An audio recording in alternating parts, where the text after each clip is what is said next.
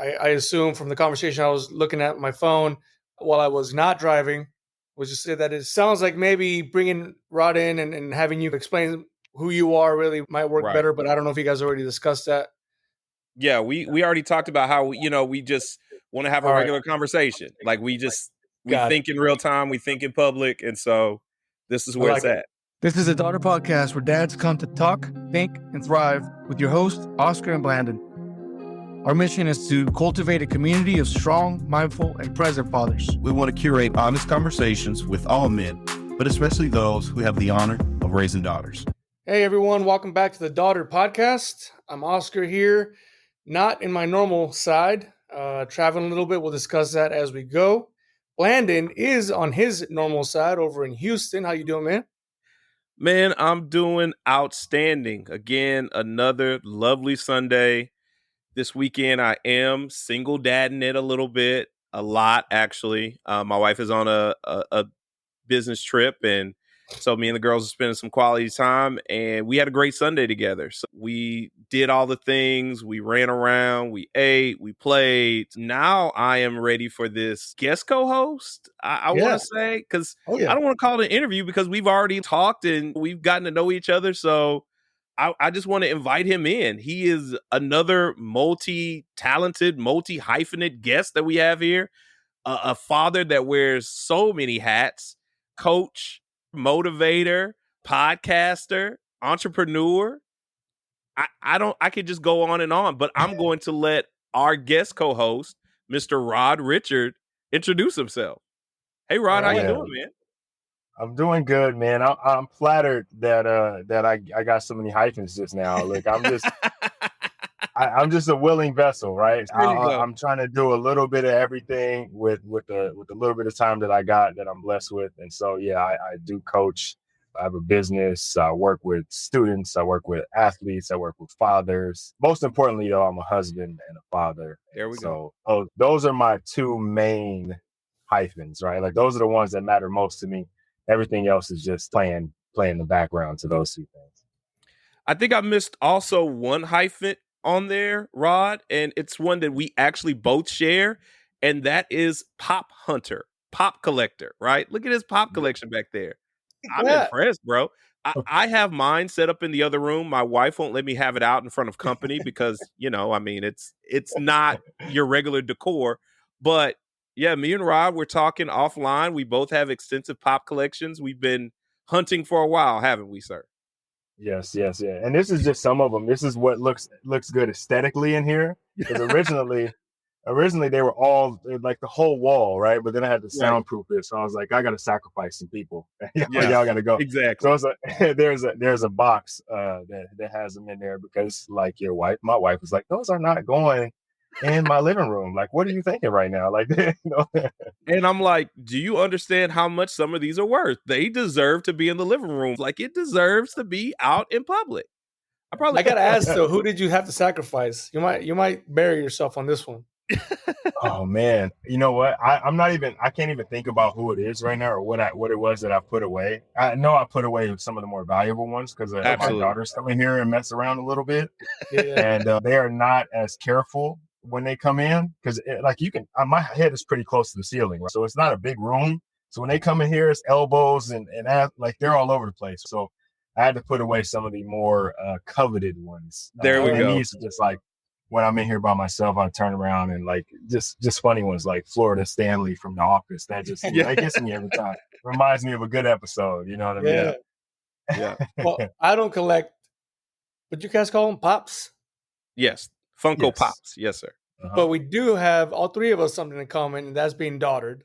That's right. That's right. Well, I'm going to stick to that because although I do like those, I do not collect those, and I don't know what the price tag is either. So, but I have heard those prices go up pretty quick. Yes. They're still cheaper than daughters, though. So don't collect too many of those daughters either. I won't argue that point, my friend. So tell us, Rod, you have two daughters. One of them's 11, if I'm not mistaken. She just turned 12. Yeah. But okay, welcome to the club, my friend. Welcome to the club. Yeah. And your youngest is 9. Yeah, she's 9 for another couple of months. And how's that been? Oh man, it is amazing. I will say. I don't say that lightly. I'm not saying that because we're on a podcast about being daughtered or because we're fathers. And I'm not saying that because I think they're going to listen and be mad at me if I don't say otherwise. I mean it when I say it. Like my daughters are my purpose, and so everything about it, the good and the bad, I totally am appreciative of, because they have helped me become the man that I am today and am still becoming. And so it's been a really amazing journey so far. Very cool. When were you first daughtered? My oldest daughter was born in August of 2012. But I would say I didn't know it was a girl at the time, but I would say I was officially daughtered the moment I found out I was going to be a father. I was just so happened to be blessed later on to find out it was going to be a daughter. But the day that I found out that I was going to be a father, like people say, it changed my life. Like it literally changed my life. Like it changed my whole trajectory of all that I thought that I was going to be, and kind of turned it into, like I said, what I've become. It's an amazing thing that a little creature can do all of that in one moment.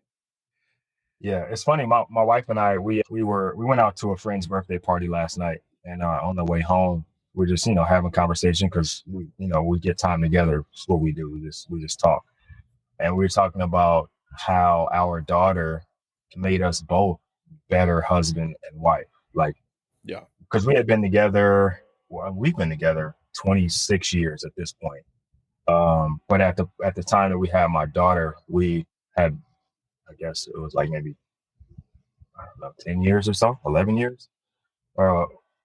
That math doesn't make any sense. So I don't know how long it was. I'm just trying to do the math in my head. We had been together a long time up to that point, right? And you think that you're good, you know what I mean? You think you're doing a good job. You think, oh, that's my good husband. And you think she thinks she's a good wife. And then when we found out we're going to have a baby, and then when the baby actually gets here, I got to step it up. Like there's like a whole nother level of this thing that I didn't even know I was capable of being or even could aspire to be, right? Like there was so much that I didn't know. And having my daughter opened my eyes to the possibilities of the man that I could be. I was kind of content where I was, like my career, I was doing really well. I'm a strength and conditioning coach. And at the time when I found out, I was working with the New York Mets. So I was like 27 when I got the job. I'm working a professional team at the age of 27. I hit the jackpot, right? Like I'm the pinnacle of strength and conditioning. I'm working with a major league team. I'm getting to travel, all these celebrities and all these guys that I had kind of admired and looked up to, where I'm rubbing elbows with them. Like I actually get to see them. But then when I found out I was going to be a father, like none of that mattered at all. Like I didn't care about any of it. Like it was just like, I'm going to go be dad. Like I don't care about the planes, and I'm cool. I'm going to be dad. And that's literally what happened. It's like I gave all that up and came back home and was like, I'm locking in on this because this is what's most important to me. That's incredible, man. And I think a lot of people don't realize that fatherhood is one of those things that is experiential, but it's like milestone. You see the trajectory of where you were pre-fatherhood, and then you see it post-fatherhood, and then you see it post that second child. And it's something that you're evolving in it. And so when you look back on where you have come from, it's startling because you're like, that was a different life. That was a completely different person before 2 kids, a wife, a house, dogs, and then the life that you've built together. And I don't think we really sit back and process that enough because we're just going. You're going through the motions. Me and Oscar were talking about it the other day. You're just trying to keep the kid alive. You're trying to keep your marriage alive. You're trying to go and work your job. That's awesome the way that you would say, yeah, at this point, I'm all in on this. I'm focused in on this. And that's the huge change that you had. That's great. I think for me too, and piggybacking off of what you said, is that I think for me at that time, these conversations weren't happening. And I know like my dad was in my life and there was a period of time when I was younger when he wasn't, and him and my mom were going through their thing, but he managed to get back in and be very involved. But we never had a fatherhood conversation. He never told me about like his journey in fatherhood and what that was going to be like when I became a father. He taught me about being a man, and he talked to me about the birds and the bees and women and all that kind of stuff. But he never, when you're a father, you're going to feel like this. And when your kid is this age, this is going to happen. And you're going to want, like, you never have those conversations, right? And so it wasn't even not that it wasn't a reality, because I knew fathers existed, obviously, and I knew that I was going to be one. But I didn't know what that meant. I just knew that I was going to have a kid, and like, people, you'll figure it out. You're never going to be ready. You just get ready when, like, all the stuff that they tell you. And I was just embracing, all right, I'm just going to figure it out. It's like throwing somebody in the ocean and saying, hey, you'll learn how to swim. Right. When I think one of the things that I like about your platform and what you're doing is allowing not just conversation, because you have your pillars going on. We'll talk about those. But as Blandon and I were talking this week, one, I agree with you 100%. My father never had hey, you're going to be a father one day, and this is the things you're going to go through. And, I have a sister. So there was never like, if you have a girl, this will happen. If you have a boy, this will. It was never like that. It was almost, at times, it was almost like, oh, you just wait and see. Or you'll see. When you have a kid, you'll understand this thing. When you have a kid, you'll understand this thing. But it didn't feel like a lesson. It felt like almost like a curse. Like, oh, well, I don't want to have kids because, you know what I mean?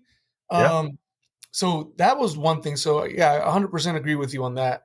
The other thing, though, is what you mentioned, is that not taking the time, and I'm 100% guilty of this.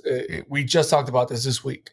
Not taking the time to sit for a second and actually appreciate what it is that we're about to embark in. Yeah. Because my mind, again, maybe because we didn't have the conversation, maybe because these conversations were happening as I was growing up as a father, but my mind was providing. What do they need? What do I need to do to be better at my work? Because if I'm better at work, I'm going to get more money. If I get more money, that helps my family. Like, it was like these like very, and I've mentioned this before in the podcast, like these very segmented checklist items. Like, I got to check off these things because that's what I know I'm supposed to do. But until we had Shane Burgos on with us, and he said it simply, I'm proud of the dad I've become. And until that point, I had never even sat and looked back and said, I actually have become a better father. Three deep now, right? Like, I've done things that have made me better.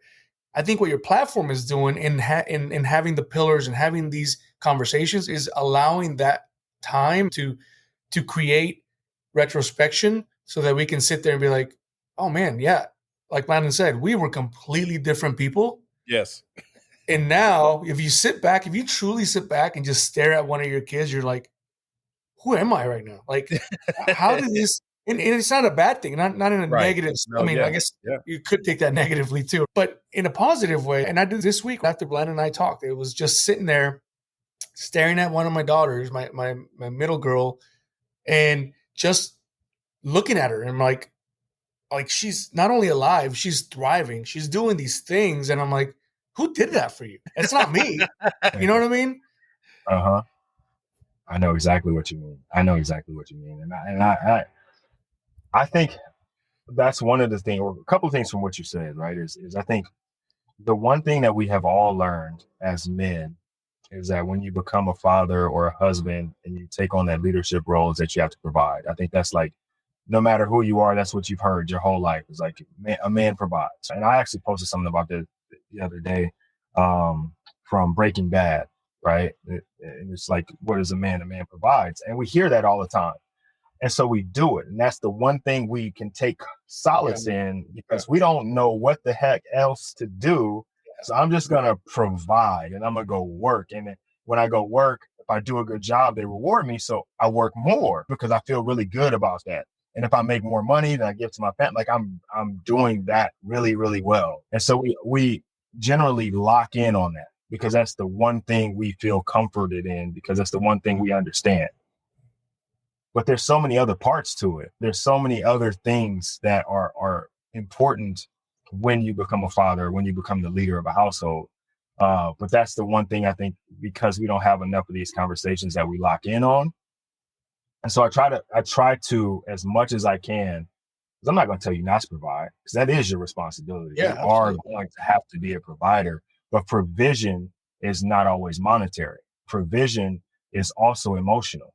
Provision is also your leadership. Provision is also your presence. Being able to provide stability is also important. Being able to provide emotional support, being able to provide lessons or knowledge. Like, there's all these other things that go into provision, but we lock in on the dollar amount. And I think that's kind of the shortcoming of not having conversations like these.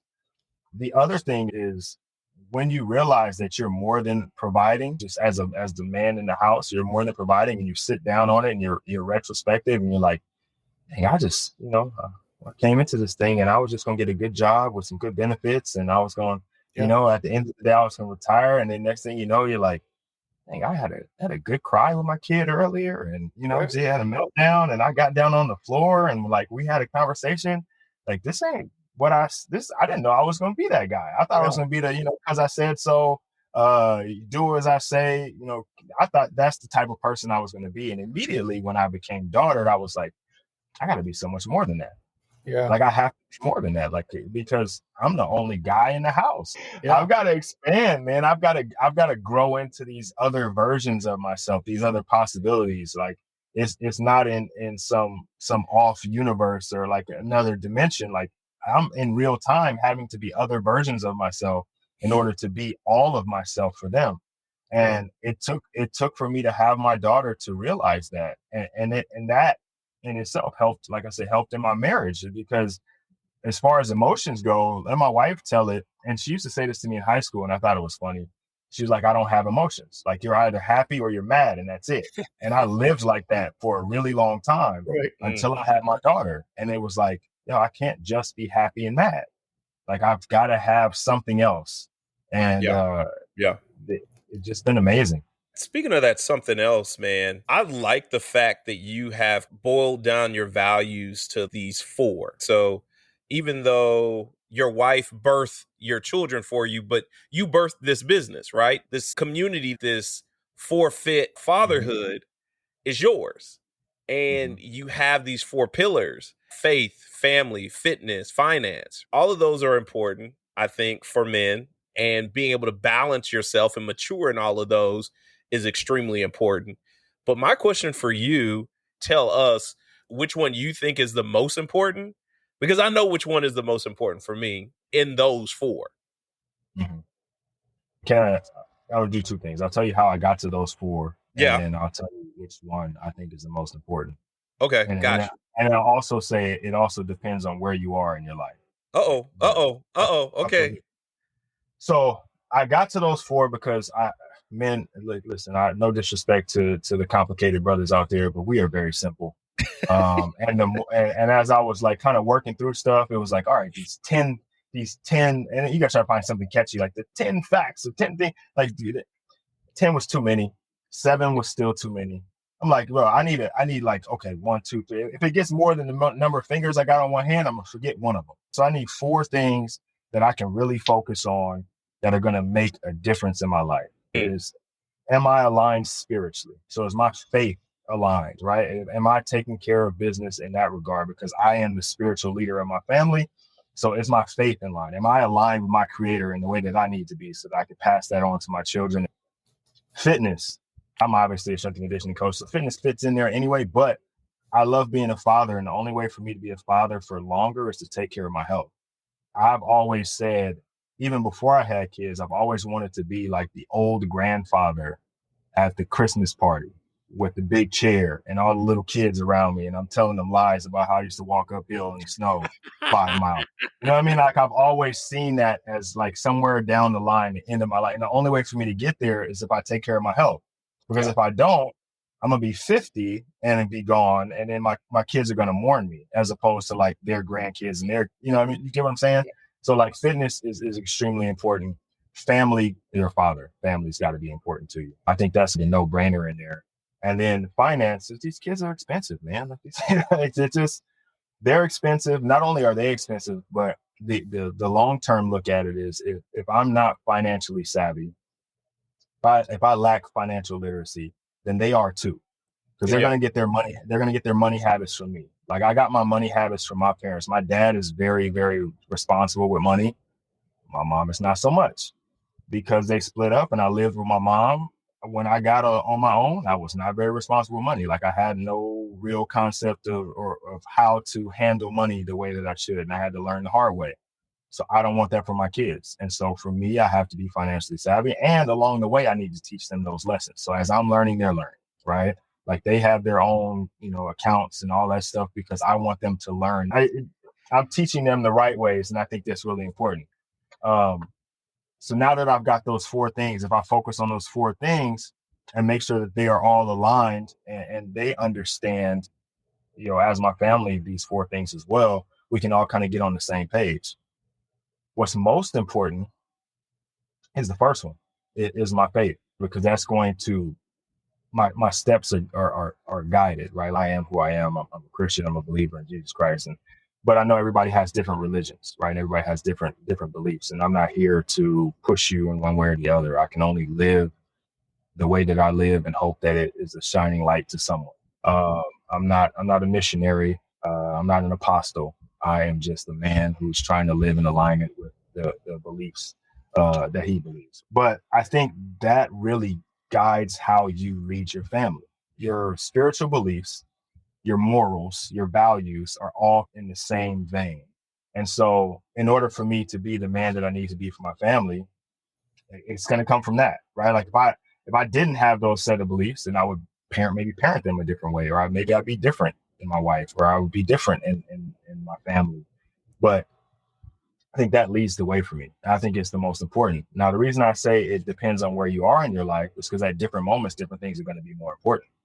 If you're struggling financially, your finances might be a little bit more important at that time. Now that the others aren't important, but if you don't get your finances together, your family's going to struggle, right? If you don't get your finances together, you ain't going to make it to church on Sunday because you got to go work overtime. Right. So, your faith starts to slip, right? Or if you go to the doctor and you say, hey, man, you got 6 months. You don't get it right in 6 months. You know what I'm saying? So now your fitness, that's number one. Like, because if I don't get it right in 6 months, I'm not going to be with my family. Dang sure I'm going to be making no money. Like, right. You know what I'm saying? Well, our faith might be better because I'm going to go see my maker. Like, you know what I'm saying? So you got to make sure, like you're looking at those things, and depending on where you are is going to shift the importance. But I think they're all really important. For me, I'm always going to lean on the faith part of it because that's the center of my life. And then everything kind of vibrates out from there. I completely agree with you as the faith being the most important, because I think it informs every single part of your life. It informs how you spend your money. It informs like how you see your body, and It also informs how you treat your family. From my faith as well as yours as a Christian, I understand that I'm called to be a primary sacrifice for my family. I am to love my wife in a way that is sacrificial of, and my children in that way. And so if I didn't have my faith, I wouldn't even think that way. I wouldn't even think of loving her that way or think of loving them that way. And understanding those major themes about fatherhood and family, I'm informed by my faith in that way. The one thing I probably will disagree with you about is you saying to yourself that you're not like a missionary, because you have this huge platform and that you are on mission. And I would say being on mission is informing and training and coaching these guys and understanding how important faith is and their family and their finance and their fitness. So you have a call, brother. So you just go ahead and walk in it, man. That's one of the hyphens I may not be ready for yet. Like I said, I'm gonna be a willing vessel. I'm gonna continue to wake up. There you go. And hit my knees first and say my prayers and let God lead my steps. But hey, that's important. That's an important example for your girls and then the other men in your community. That's super important. That's amazing. And it is, in this day and age, somewhat controversial, even though it really shouldn't be. But for whatever reason it is. But it's highly respected for me. And I think anyone who is serious about any one of their faiths, for me, is respectable. Now, I might not agree with methodology and I might not agree with how someone practices their faith. But if they're serious about it, I do respect it. Yeah, that's why I started it off that way, right? It's like, I understand that it may be a cultural situation, maybe where you're from in the world, like that just is what is natural for you. And so, Right. If I believe that my God is omnipotent, omnipresent, all knowing, all seeing, then at some point at the end of the day, my God is your God. You know what I'm saying? Like my God is all powerful and he's the only God, even though you call your God something else, you got the same God. You know what I'm saying? Like I call my dad, my sister calls him daddy sometimes, but he's still, you know what I'm saying? Like he's still He's the the only same one, thing. right? That's the major message is he's it. It just depends It's on where you're a hard at. stop here, right? It's a hard stop with this. No, Right. I completely. I think though that there's an important note here, right? So you can come in and have a platform and say, I'm just going to teach you how to be a father through faith. Now, we know that that's first, right? And in my experience, I see a lot of times, well, even in our current environment, the whole faith thing can be really just polarizing for many people for some weird reason. That's like the big thing they want to put their foot on. Okay, whatever. Right? Or on the other side, so that what I'm getting at is with the middle, right? But on the other side, sometimes is just faith. And that's to say, God will provide. I'm just gonna sit here, God will provide. Well, that's not really how it works. First of all, he's not a genie. That's not how this works. And so I think that by you starting there and moving into the other pillars with that in the beginning, you're saying, yes, put your faith, put your worries, put your everything in God, but also he gave you all the abilities to do these things. Therefore, you must do these things. Yeah. Right. Yeah. If you can, then you must do. Like that's just how we should be seen in my eyes as fathers. You can't just I had a friend a while ago that was similar to that, right? Like, hey, we have this thing coming up. Are you ready? No, but God will help me. Like, what do you mean? Like, don't get me wrong. There's miracles all over the place, but I don't think God's worried about this particular thing to be a miracle because you should probably work yourself to do these things. So that's what I'm getting at, right? So there's just like this very left side of like, faith only, God will provide, and I don't have to do anything. And then there's this other side of the people who just don't even want to touch the faith. But what I see in your pillars is, hey, we start here because, as you mentioned, Blandon, and you're absolutely right. This is my guiding path. Absolutely. Into all the other things that I have to get done. As long as I stay within this guiding path, my girls will see that. People around me will see that. I agree with you, Rod, in the sense that I don't feel worthy of going and being I think you said a missionary, right? But I do hope that through my actions, people know that I am a believer of Christ, and through my actions, that then they will see that.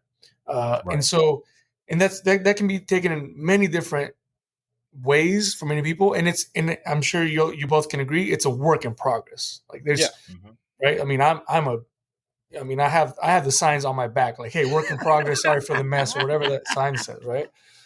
But I think it's important for the mess. Come on. you see what I mean? I think it's important that you start there, but then you also follow on with, hey, by the way, you have to make yourself fit. You don't just sit there and wish it to come true. You have to get your finances in line. Like that doesn't just happen. Right. And you have to lead your family. Yes. Right? Yes. Yeah. So it's a couple things, and I'm going to hit you with a couple quotes, I guess. So faith without works is dead. The Bible tells you that. So if we're on that side where faith is it's just faith, then you probably need to read that. Just that line, right? Just that line. I'm cool with it. I'm cool with it. Like faith is everything, but faith without works is dead. So you got to get to work. Something my dad used to tell me is when I was still playing football and I had hopes of being somebody. he used to tell me two things. One, you need to always do your best, and then let God do the rest. Right? Like whatever it is that you're trying to do, you're going to give 100% of your effort, and whatever else is needed, God is going to take care of the rest. And to believe like God is going to do it all, and then work like it's all on you. Yeah. Right. Like if you have that level of faith, right? And that's kind of one of the things that even to this day I tell my daughters is like, hey, look, we are going to work as hard as we possibly can, with the understanding that hard work is going to guarantee us absolutely nothing. At the end of the day, all that hard work can guarantee is that we gave our best, and we can walk away from whatever scenario knowing that there was nothing else that we could do. And that's it. And believe God and trust God that something's going to work the way it's supposed to. And hey, if it doesn't work out, it wasn't supposed to. Like that was your will. That wasn't God's will. But you did everything that you could. Like you left it all on the field, and you should have no regrets at that point. And so I that's why I say, like, I would say I'm in the middle too. You know, like I'm a big believer in all things God, right? My mother and my stepfather were both pastors. And when I don't know if I've ever said this on the podcast before. When I was 12, I think I was in 7th grade or 8th grade. I don't know. I graduated school early, so I might have been in 6th grade. But we were in Oakland. And if you're familiar with Oakland at that time, we're in West Oakland, Acorn Village, which is not the nicest neighborhood. And my mom was doing like some little kind of community work. We go down there on a Saturday or a Sunday. And she was like, you know what? The next time we come out here, I want you to preach. I want you to get out there with a message. And so she tasked me with having to go out there to do it. And the message that I gave, or the thing that I spoke about, was faith. And ever since then, faith has been something that I've always like leaned on. My faith is all like, no matter what's happening, I know that God has a bigger plan. But at the same time, I'm going to work for it, right? I'm going to work because God gave me, like you said, the resources, the tools, the ability, the mind to do all these things. And gave them to me for a reason, not so I could wait on him. Like, you know what I mean? Not so he's like, yeah, here's all the tools you need. Just hold on to them. I'll be back. Like, no, he's like, here, take these tools and get to work. I'm going to come check on you and see if you're doing the right thing. If you're not, I'm going to mess it up for you real quick and then let you get back to work. So I'm, like I said, if faith is your thing and you're leaning only on faith, I'm not mad at you, but that's, there's some work to be done as well. And if you don't have any faith and you're only dependent on your work, well, you can expect to be disappointed at some time. And it just is what it is. Like, because you don't have any comfort of knowing that you have the support of something bigger than you. If you're leaving it all on your shoulders, then it's going to be tough. Yeah. So I have a couple of questions about your program. Not trying to give away free game here, but just trying to get in the mindset.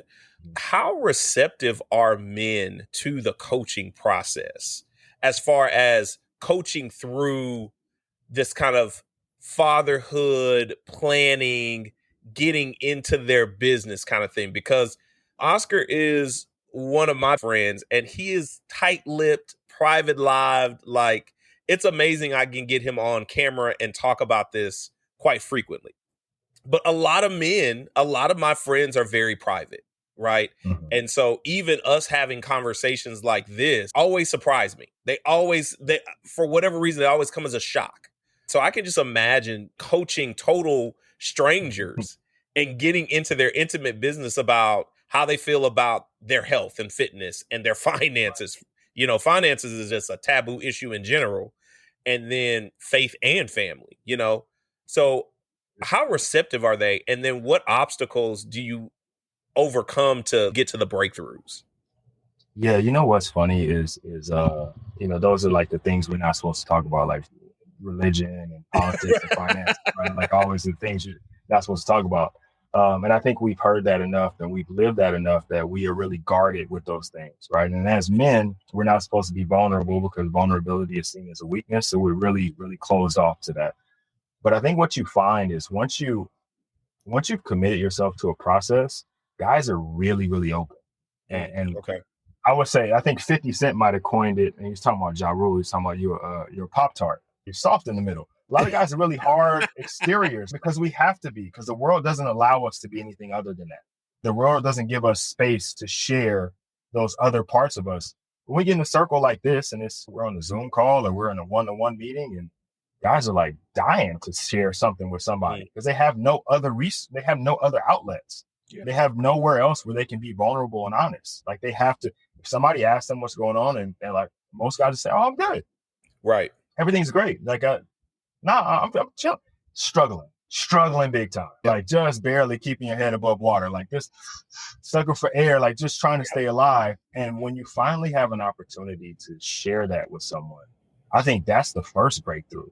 It's like, oh man, I didn't even know I was really feeling that. Like I was just internalizing everything and just kind of like pushing it down and just being grateful that I was able to get it out. Like that getting that monkey off your back is like that first breakthrough. It's just like, hey, I'm really struggling and I don't know what to do about it. You know, or just being able to say, I need help.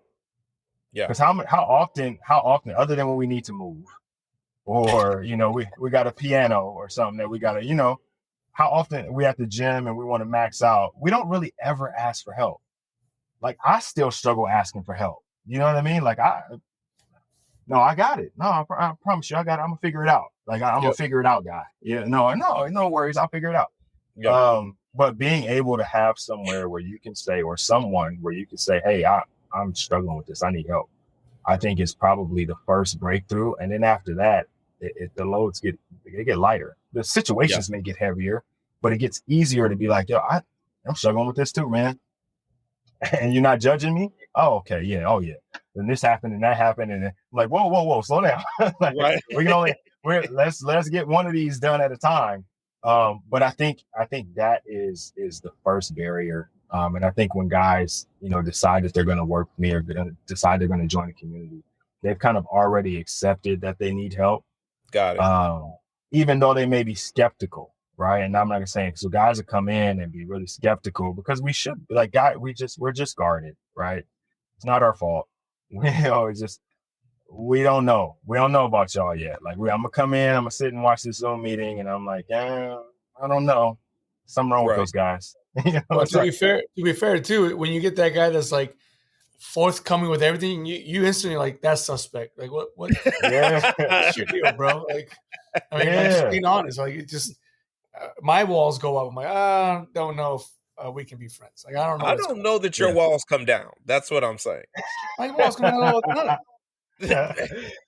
Yeah, with those little girls. With those little girls. Yeah, you let down the bridge over the moat, and you let them come in, and then they go back up. I don't let it down. They just rush the castle, bro. Here's the deal. Look, if we can give from it, and I've said this before too, is like, listen, you're gonna have walls, or you're gonna have your barriers, because you should have your boundaries. But if I can get your boundary to go from a concrete brick wall to a chain link fence where we can at least see in and you can see out, we're making progress. Because you can keep that up. Like I get it. Your past trauma, because I'm not a therapist, right? So I'm not talking about necessarily your past traumas and helping you solve that. That's somebody else. That's another professional, right? But if you can at least allow airflow back and forth or conversation back and forth about what's happening with you, then we can help. But as long as that wall is solid, you're on your own, brother. Like when something happens, no one can even see to help you. Yeah. Right. Yeah. I saw the other day, I can't think of the guy's name, but he was talking about his own mental health and emotional state. And he was like, I became such a good swimmer that nobody knew I was drowning until I drowned. And he was talking about his mental health. Like no one knows that I'm having issues because I had been such a good, happy, gleeful person that no one even thought to ask me, was I anything else? And I think a lot of times we show that we're so good and we got it handled and we take care of it, and no one even thinks like, yo, he might be struggling. Yeah. And they never ask us. And that's why I say, like, it can still be a barrier, but let's just change the way it looks. Yeah. And I think the harsh truth is that boys growing to men like I remember hearing the quote, remember reading the quote, and it's just resonating. Like, boys become men when they realize that they have no value as a boy. There's only value as being a man, contributing, taking care of things. Girls intrinsically have value, though. We want to protect and take care of girls because they are already valuable. But boys are propelled to manhood when they realize being a boy, there's absolutely no value in that. And I think that is a harsh and sad truth because, as men, we had to feel that, right? You had to feel like I have no value unless I'm contributing. Yeah. And so then you take that and that's why we always want to contribute. That's why we always want to provide, because that's how we show that we have value. We don't feel like we have value if we're complaining or we have an issue that we need help with, but we don't realize that help that we are soliciting also gains value in friendship and community. And so we miss the value of that. We miss the value of asking for help, So. Right. Yeah, no, I agree. And I listen, you're going to probably see that or hear that from me again. Like, that was good. Yeah, that was good. Because I think it's really true. Like, one, we don't have any processes from going to boyhood to manhood. Right. Like, right. Right. What is it, like your 18th birthday or something? Or if your father wasn't in the house, it's whatever day your mom says, hey, you're going to be the man of the house now. Like, you know what I mean? We don't really have a process of nurturing a boy to a man, unless you have a present father in the household, and that happens kind of, but not really, because a lot of times dad is going to show you how to be a man. He's not going to tell you, right? And so you have to interpret what that means. It's like, and I ask guys all the time, like, did your dad ever have a manhood conversation with you? I'm like, no, he showed me how to be a man. He took care of the house. He loved my wife. He loved my mom. He took care of me and my. Yeah, but that, you don't know what that means. Exactly. Like, exactly. Not really, So I think the onus kind of falls on us. Like, we got daughters, obviously, so it's a little bit different. But even in that, it's like we have to teach them through our actions and our words what a man is, or else they may end up with boys. You know what I mean? Yeah. Because a lot of, like I said, a lot of boys aren't being taught how to be men. And so at some point, their ages are going to line up and they're going to end up with either a boy or a man. And if we don't show them, tell them, teach them what a man looks like, then, we're going to have a lot of, wet shoulders when they're crying, and, a lot of uncomfortable conversations with our daughter about some boy who broke her heart. And so it's a really interesting situation, but I don't know, other than doing what we're doing, having conversations about fatherhood, talking to young men who are just becoming fathers, talking to young men who aren't fathers yet. Like, this is why I kind of like working with teenage boys, is because without the knowledge of what it means to be a man, then you just become an adult boy, and the world doesn't benefit. There's still no value right to the world with an adult boy, I guess you would say, like an adult male and not a man. Yeah. And I think it might be worse in our current environment, because the world is almost telling you should just be an adult boy. Yeah. And not a man, because for some reason, man and toxic became synonymous together. Yeah. And so now, as these boys are growing, that's what's being relayed to them. Mm-hmm. Where, to your point, sure, they can keep relating that, but at the end of the day, the value there and the necessity that of what we need from a man is not going to be there. Right.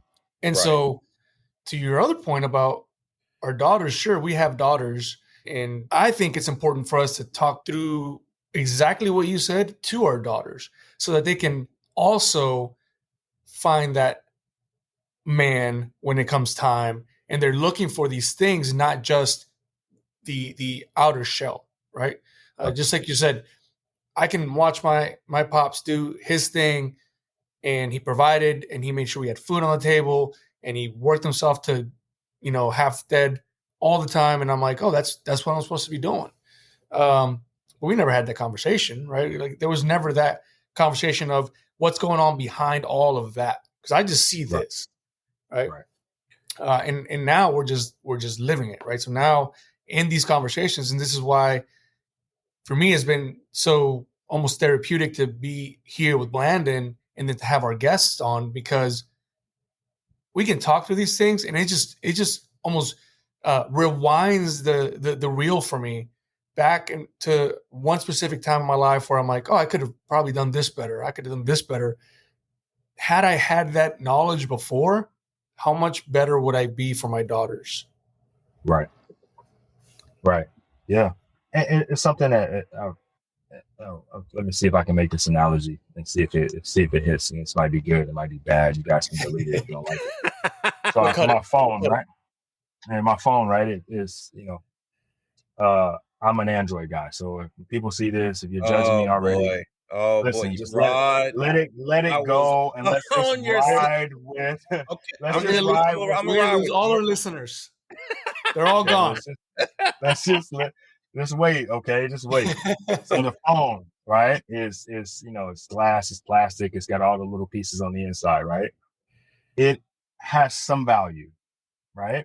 Yeah. But if I take all of the software, all of the apps, the operating system, if I take all that off, it's no longer as valuable. It's probably not even valuable anymore. Like if I told you you could have this phone with no apps, you'd be like, no, thank you. Right? Give me a flip phone.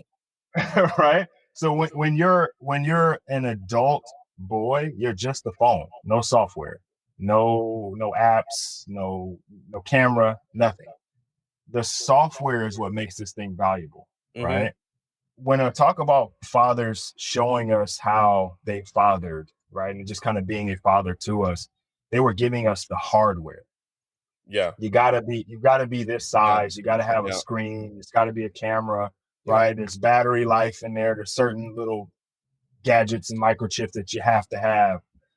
But if they don't teach you the software, you kind of grow up with just the framework of what a father is, and you got to fill it all in yourself. And so you got old versions of apps that don't work, or you're trying to download the wrong things, and they don't give you the true value of what you could be.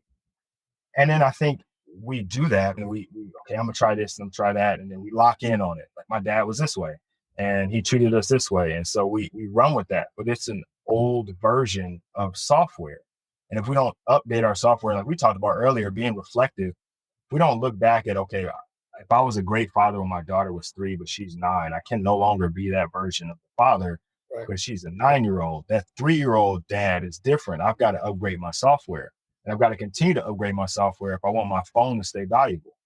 If I get a brand new iPhone and they have an operating system update and I don't update my phone, it's terrible.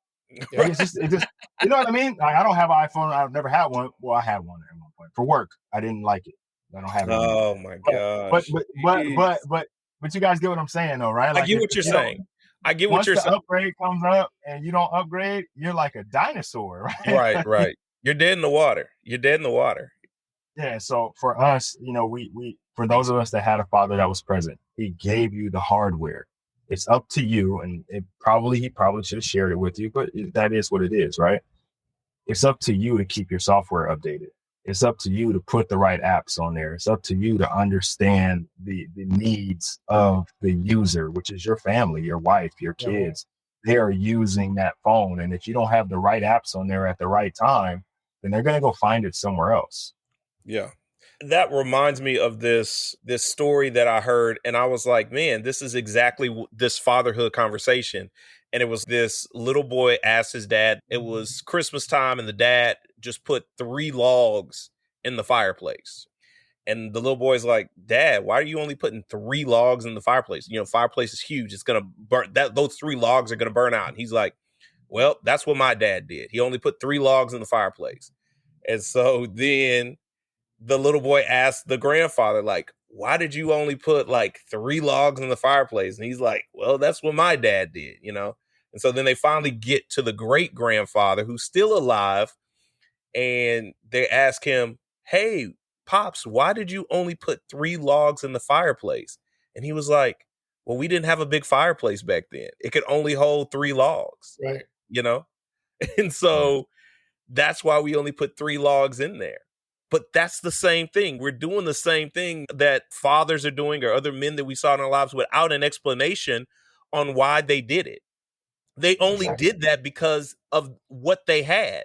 We have more, the capacity changes. So if we keep doing the same thing without an understanding behind it, without an understanding of manhood, we're going to be trapped in this cycle. And so what we're talking about is that perfect example. We need to have more of these conversations, like you both are saying, with young men and with our daughters, obviously, so they know what to look for, so they can weed out, and I hate to say it, but the undesirables for them. I'm not saying these young boys are just undesirable in general, but they might be undesirable for our daughters and how they're wired and how they were raised and their needs and wants and dreams in life. Mm-hmm. I agree with you. And I think that is exactly what's happening, right? Is without that conversation of the reason why it's 3 logs, it just continues to get perpetuated just over and over again. This is the way we do things, right? It's antiquated. Yeah, it becomes very, very old, but our environment is not. Our environment is constantly renewing itself. So, and I was listening to your latest podcast, Rod, and with the certified counselor, and he was talking about that exact thing where, we revert, or maybe you had mentioned it, we revert back to what we know, like whatever you were told or however you were told it or what have you revert back to that, and it's kind of our easy, like, safe zone. But just like you mentioned, that was a different time. I look back at when I got in trouble for things. Like, if there had been phones with cameras when I was growing up, we'd be having a whole different conversation. Maybe not even a conversation at all. Right. You see what I mean? So the way that I was brought up and disciplined, let's say, it has to evolve because it's a much different time. Yeah. The guy you're talking about is Kyle Wester. Thank you. But yeah, so you hear it a lot in like sports and in like training. It's like you don't elevate to the level of your expectations. You fall to the level of your training. Right. Yeah. Like everybody expects to win the championship. But the teams that win the championship are the teams that prepare themselves to win championships. Yeah.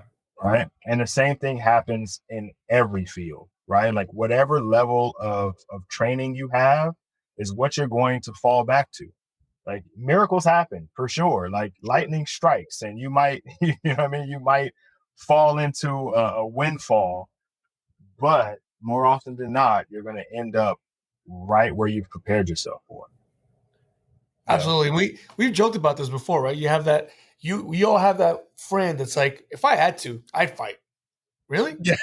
Have you ever? Like, because it's so true. You just said it. You're going to fall back to your highest level of training. And if it's 0, good luck. Right. Right. You're running. Exactly. Yeah, so, there.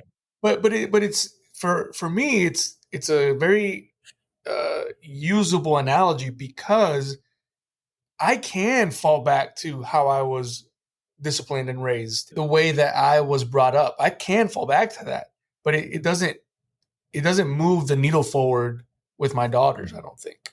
I think it'll move the needle, but it doesn't necessarily move it forward. Right. Yeah.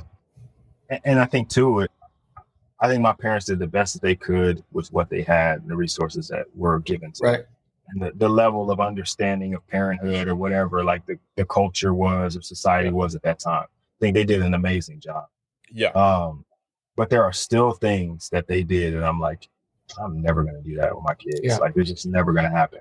And if I don't progress and learn and grow as a parent, what's going to happen when I get frustrated is I'm going to fall right back into what they did. For sure. Like I've literally heard myself say words and like had a flashback. Like, oh my God, sounds just like my dad. You know what I mean? Like, we all have, man. I am not one of your little friends. I remember the first time I said that to my daughter, and I was like, oh, how old am I? Jesus Christ. And then but I had enough awareness of who I wanted to be and who I should have been in that moment, to catch it and be like, oh, I didn't want to say that. I didn't mean that. I'm not one of your little friends. But what I meant to say was, yeah, right. It might be worse when your wife tells you that. My wife's done that before. We'll finish something. She's like, you sounded just like your mom. Like, oh, dang. Like, I didn't even catch that. You know what I mean? Because not that my mom's all bad, but those little instances where you're like, that's not what I wanted. That was not the road I wanted to take in that conversation whatsoever. Right. And then she'll do it with a little like look, which doesn't really help. But she's right, you know? Yeah. And so that's why we got to keep training. We got to keep getting better and keep working on ourselves. And I say this all the time to guys I work with, and really to anybody that'll listen, is as much as I am about family and about fatherhood, I am also about me. And if I don't take care of me, then I don't get to be a good father or a good husband. Right. And I think a lot of guys, and I think you might have mentioned earlier, when we get into fatherhood and husbandry and all these things, we're really sacrificial. Yes. And I think when you talked about it earlier, we were a little more talking about in the religious sense of it, but we will sacrifice ourselves to give to our family. But what really happens is we end up giving them so much less of what we could be. Right. Yeah, right. Absolutely. Yeah. Because I'm burning the candle at both ends. Right. I'm working, because I have to provide. But then when I come home, I'm so tired I can't be present. Yeah. And so while I'm, we got a nice house and we got all the things that we want, they don't have me.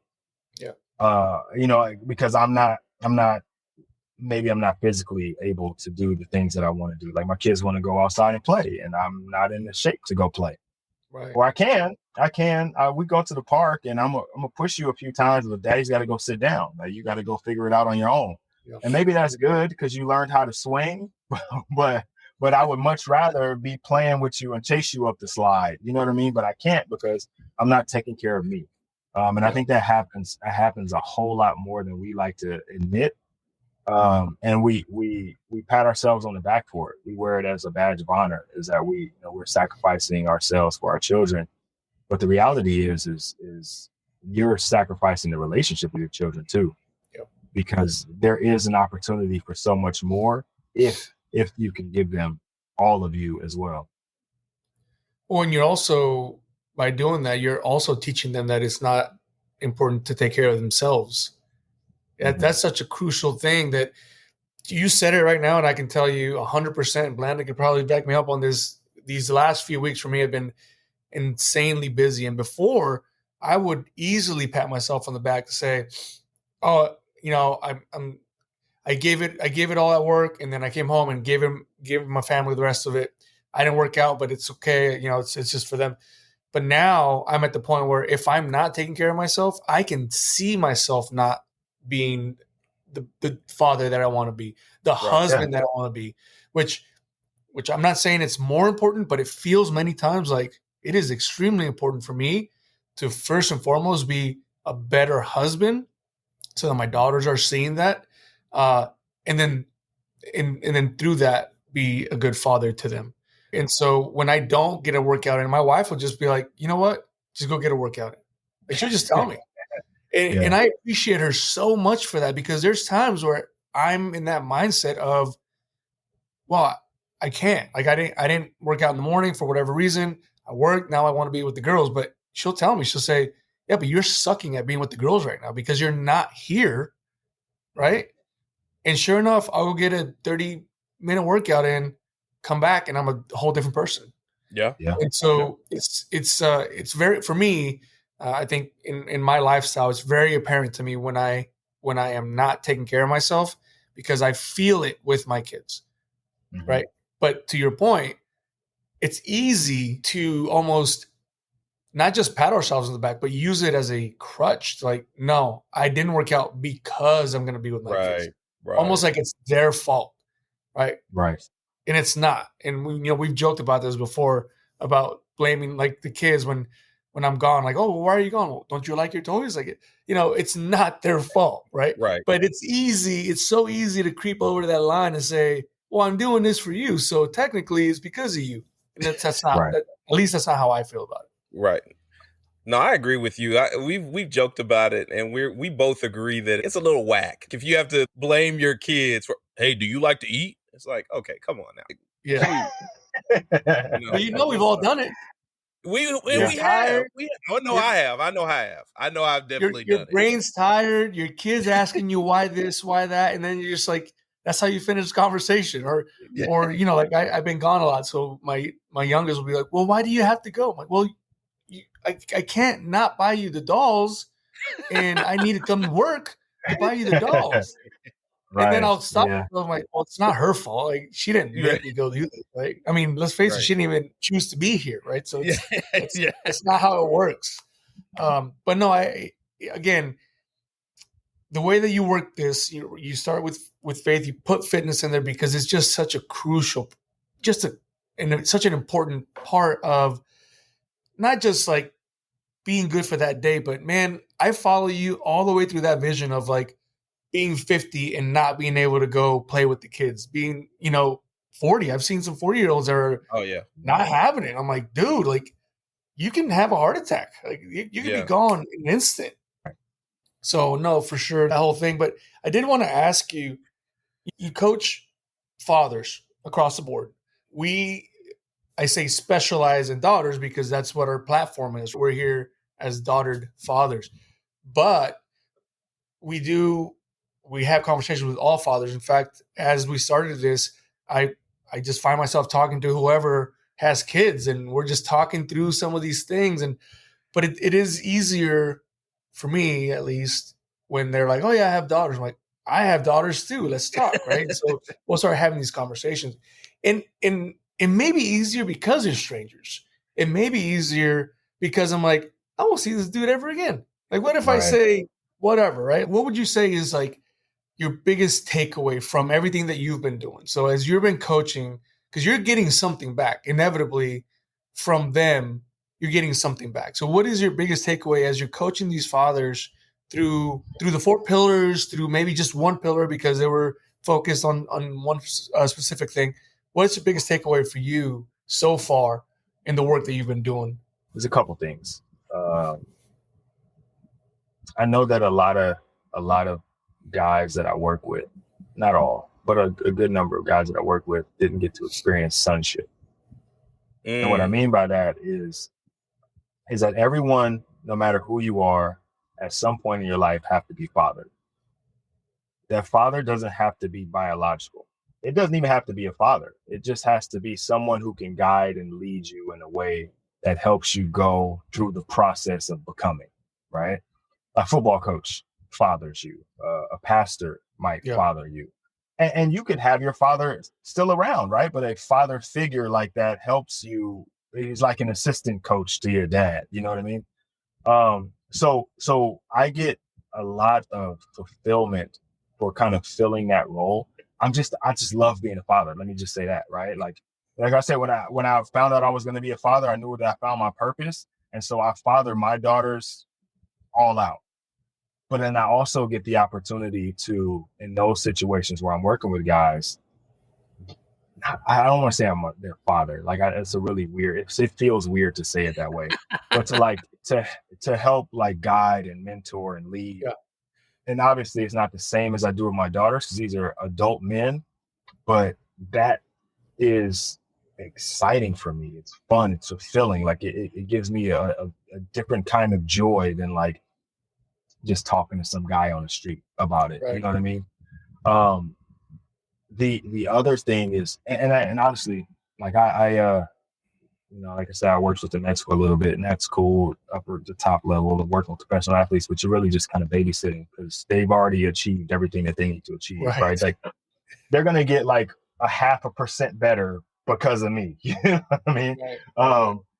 And the reason that I work with youth athletes today is because there's a process. Like I've had the beautiful privilege of having an 8-year-old and working with him until he was drafted.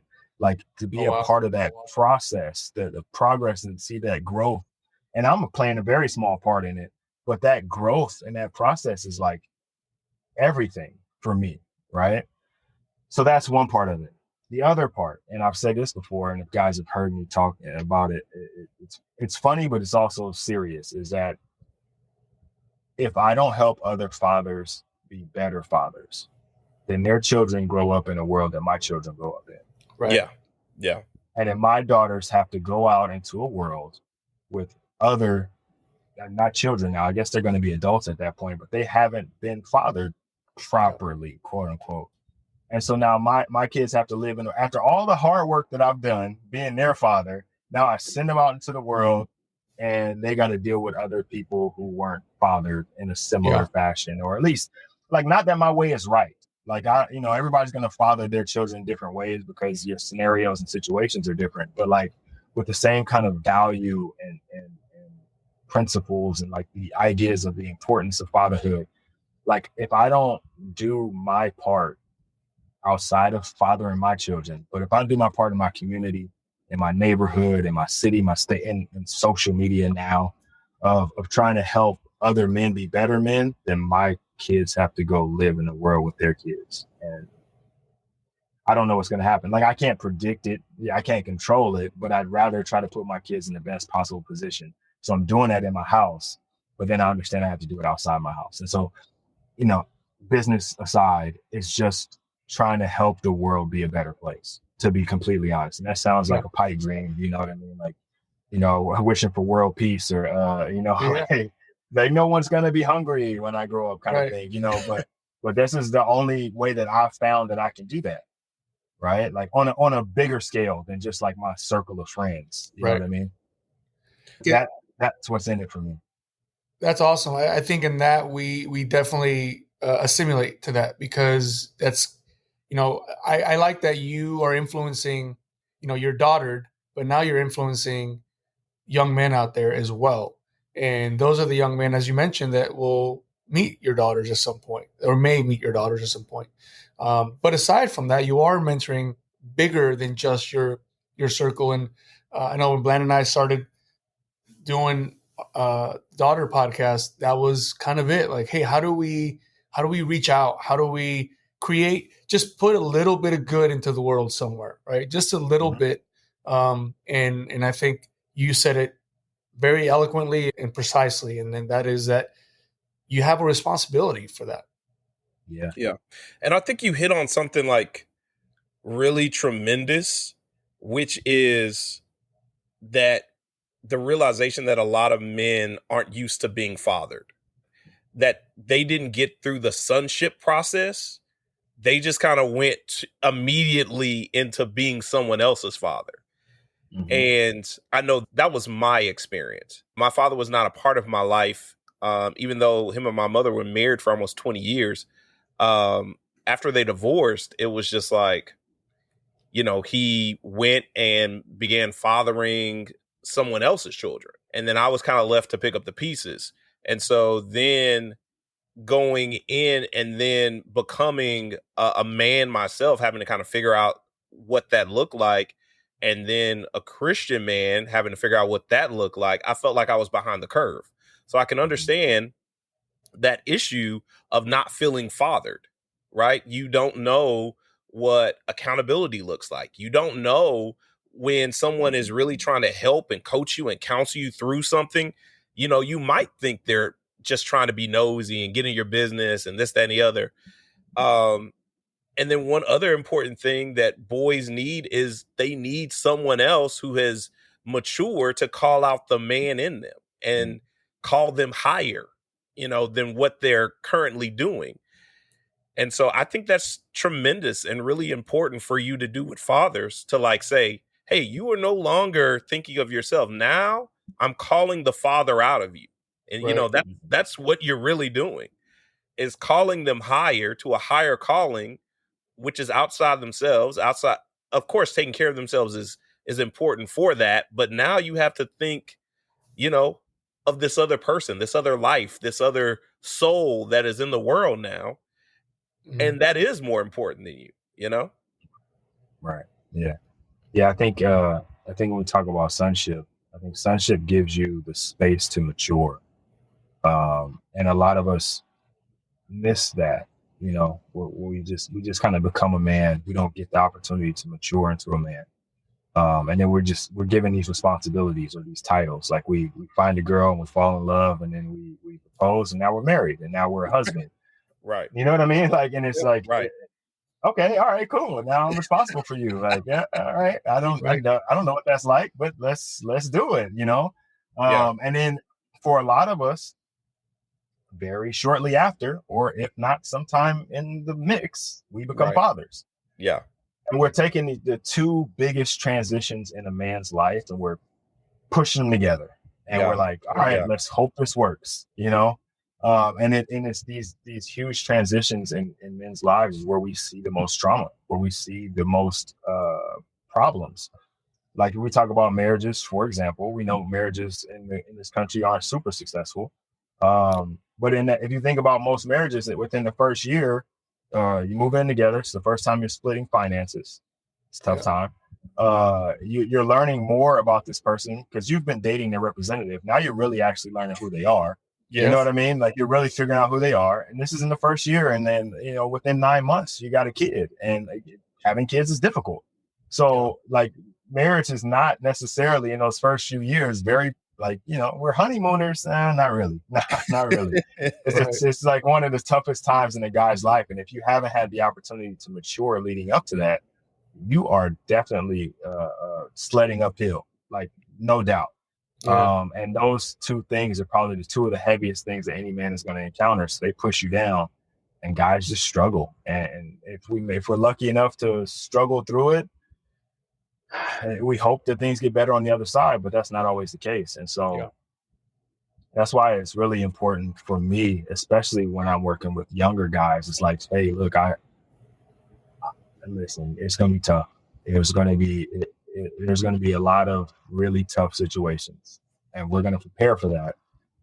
But the best way for us to prepare for it is to be appreciative of all the good moments, right? And I think that's one of the things that we talk about a lot is having like kind of that attitude of gratitude, because we know there's going to be downs, but in those downs, what are the positives we could look at? Right. Like I didn't get to sleep last night. The baby was up crying all night. I had worked overtime too, so I really need to sleep. Now I got to get up at 5 a.m. and I just changed the diaper at 4:35. Like, I don't know if I want to do this. It's hard. Like, you know what I mean? Like, it's hard. Like, my friend, he got him and his lady ain't together no more, so he don't even live with the baby. He slept good last night.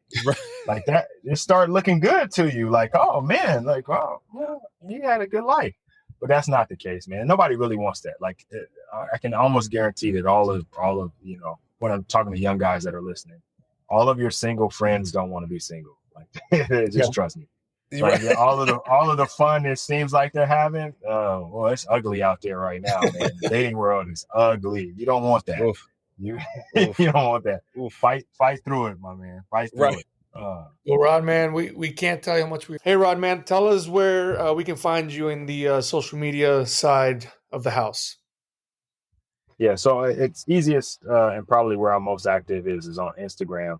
So you can find me at 4Fit Fatherhood, the number 4.